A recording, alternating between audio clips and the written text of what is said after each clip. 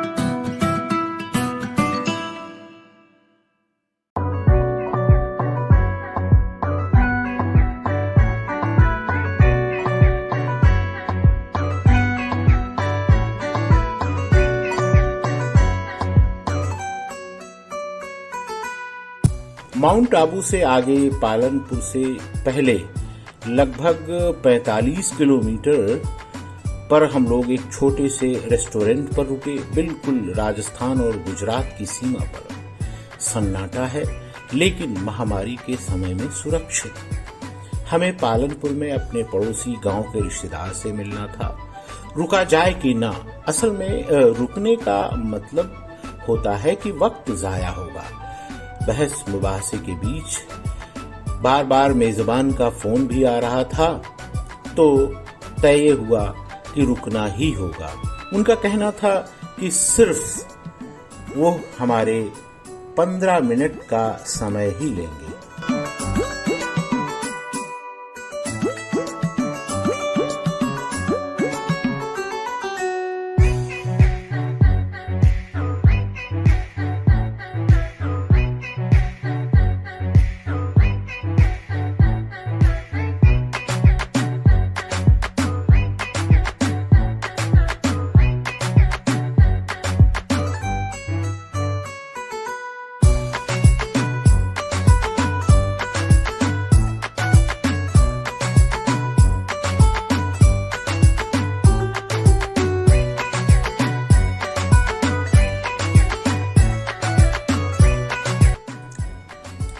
ये लो, हम आ गए। वाकई में उनका ठीहा बिल्कुल लबे रोड है।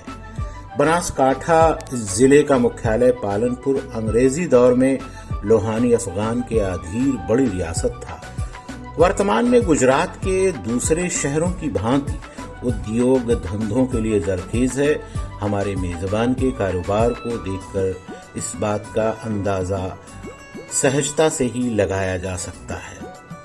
उन्होंने यहाँ आकर के पहले 70 रुपए पर नौकरी शुरू की। आज उनका स्क्रैप का बहुत बड़ा कारोबार है और सरिया बनाने की एक फैक्ट्री भी है।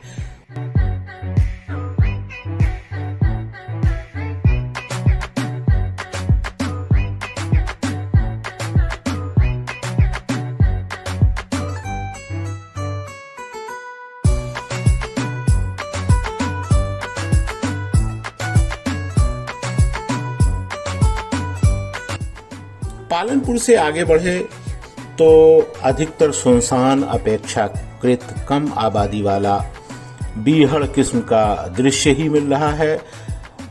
रोड ठीक नहीं है, ट्रैफिक भी कम है। कभी कभी मीलों बंजर धरती और कहीं कहीं कल कारखाने दिख जा रहे हैं। बीच में कुछ नदियां भी आईं, मगर बेशतर बारिश का इंतजार कर रही हैं।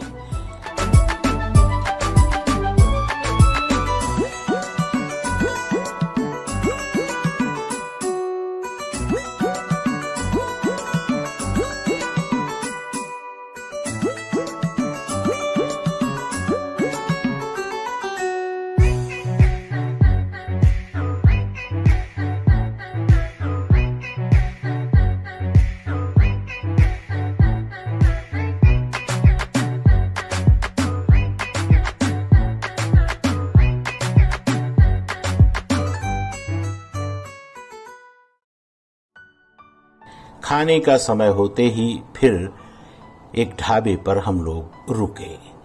वही दाल फ्राई, पनीर और रोटी, अंत में चाय। मंजिल अभी भी दूर है, मौसम खुशगवार है।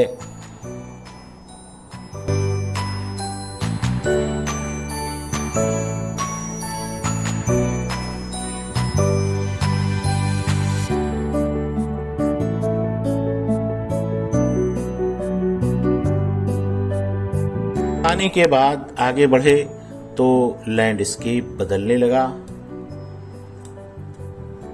रोड भी वन वे हो गया। अब हमारी मंजिल करीब होती जा रही है। हम भुज में आ चुके हैं। हिंदुस्तान के सबसे बड़े जनपद कच्छ के मुख्यालय भुज को पार करते करते दोपहरी हमारा साथ छोड़ने लगी थी। हालांकि भुज भी पर्यटन के नक्शे पर काबिज है, लेकिन हमें तो जाना है रन ऑफ कच्छ। आगे ये देखिए, रोड के दोनों तरफ बिल्कुल ही बदला नजारा है। धरती भले ही बंजर हो, लेकिन गुजराती भाइयों ने अपनी बुद्धि और संघर्ष की असीम क्षमताओं के कारण कल कारखानों की खेती से बियाबान को गुले गुलजार कर दिया है।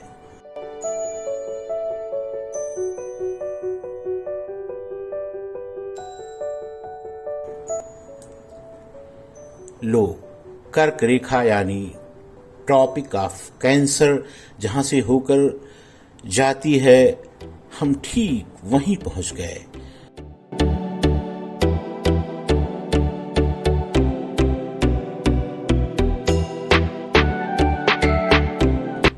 नजारा अद्भुत है। दरअसल यहां देखने से अहम महसूस करना है, हम उसे महसूस कर रहे हैं।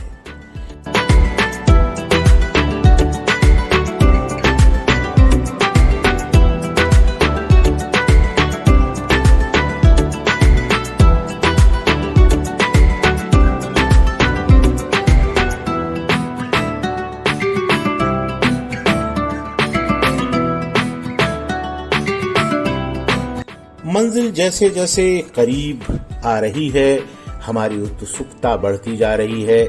रास्ते के नजारे उसे दोबाला कर रहे हैं। धरती अपना रंग बदल रही है। ऐसे लग रहा है जैसे हमारी कल्पना साकार हो रही हो। पानी भरे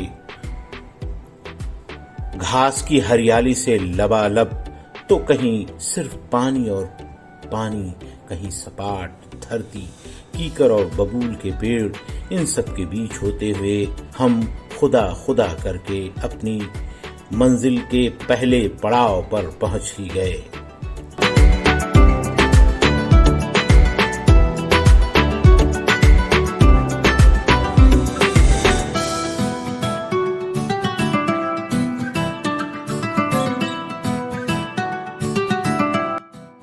इस वीडियो में अंत तक आप हमारे साथ बने रहे, इसके लिए हम आपके शुक्रगुजार हैं।